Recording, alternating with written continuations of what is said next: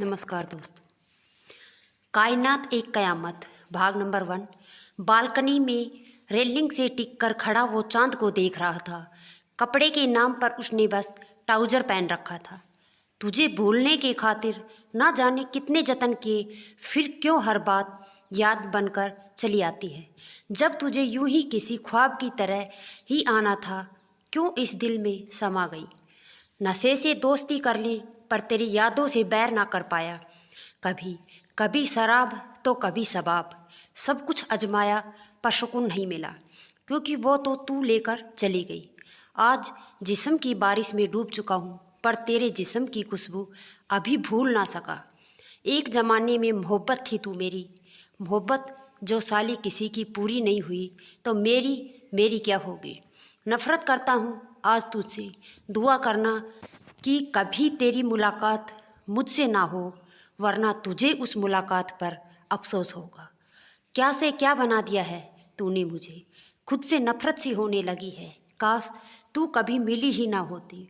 भूल जाना चाहता हूँ तुझे, मगर ए बेवफा, अफसोस तेरा चेहरा हर बार मेरी आंखों के सामने आकर तुझसे मिला धोखा याद दिला जाता। मगर अरमान ठाकुर कोई कांच नहीं जिसे तुझ जैसी बेवफा तोड़कर बिखेर दे।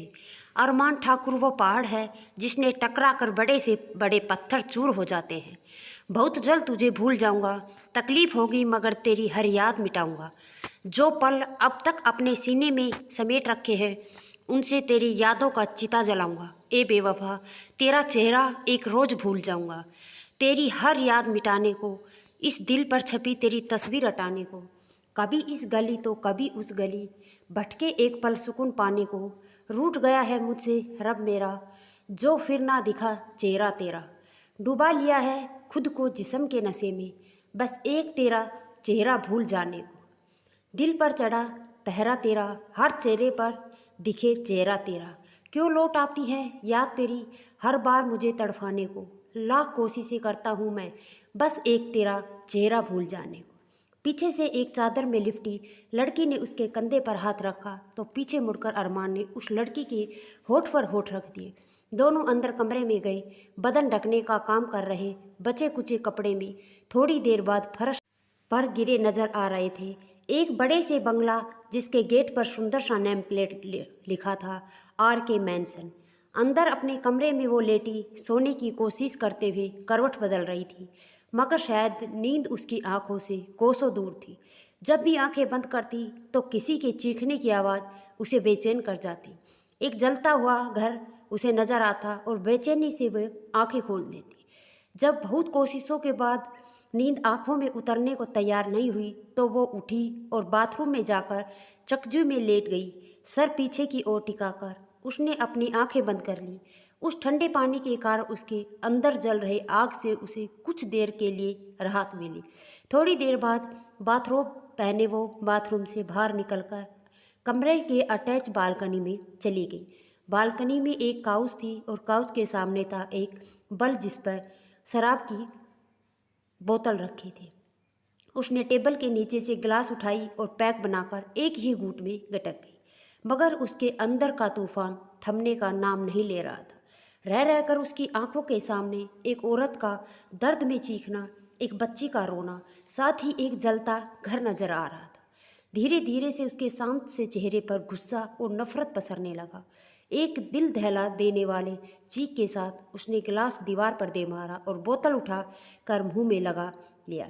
आसमान की ओर नफरत भरी नज़र से देखते हुए चीखी, महादेव, नफरत है मुझे आपसे, इतनी नफरत कि याद रखेंगे आप वो दिन जब मेरी मौत होगी, क्योंकि उस दिन आपसे मैं अपने सारे हिसाब बराबर करूँगी। वहाँ आकर हर बीतते पल के साथ आपके लिए मेरी नफ़रत बढ़ती जा रही है। शुक्र मनाइए कि आपकी और मेरी दुनिया अलग है, वरना पछतावा होता आपको। पूरी बोतल मुंह में लगाए उसने एक सांस में पूरी बोतल खाली कर दी और उस बोतल को दीवार पर जोर से फेंक दिया।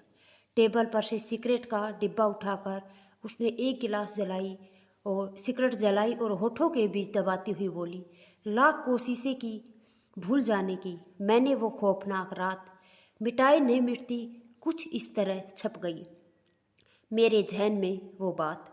छीन कर मुझसे सारी खुशियाँ क्यों दे दी दर्द की ये सौगात, ए रब्बा पूछूंगी तुझे ये सवाल हर दफ़ा जब कभी होगी तुझसे मुलाकात। एक ने मोहब्बत में धोखा खाया तो दूसरी दूसरी अपनी ज़िंदगी से अपनों से छली गई। दर्द दोनों ओर है, नफ़रत दोनों के दिल में है। कोई खुद से नफ़रत करता है तो कोई उस खुदा से। क्या इनका साथ इस नफ़रत के दीवार को गिरा पाएगा? क्या नफ़रत के परवानों के बीच प्यार की बारिश हो पाएगी? तो दोस्तों ये कहानी फर्स्ट पार्ट यही ख़त्म करते हैं, दूसरा पार्ट अगली वीडियो में। अगर पसंद आए तो लाइक करें, शेयर करें। चैनल पर नए हैं तो प्लीज़ चैनल को सब्सक्राइब ज़रूर कर लें। धन्यवाद दोस्तों।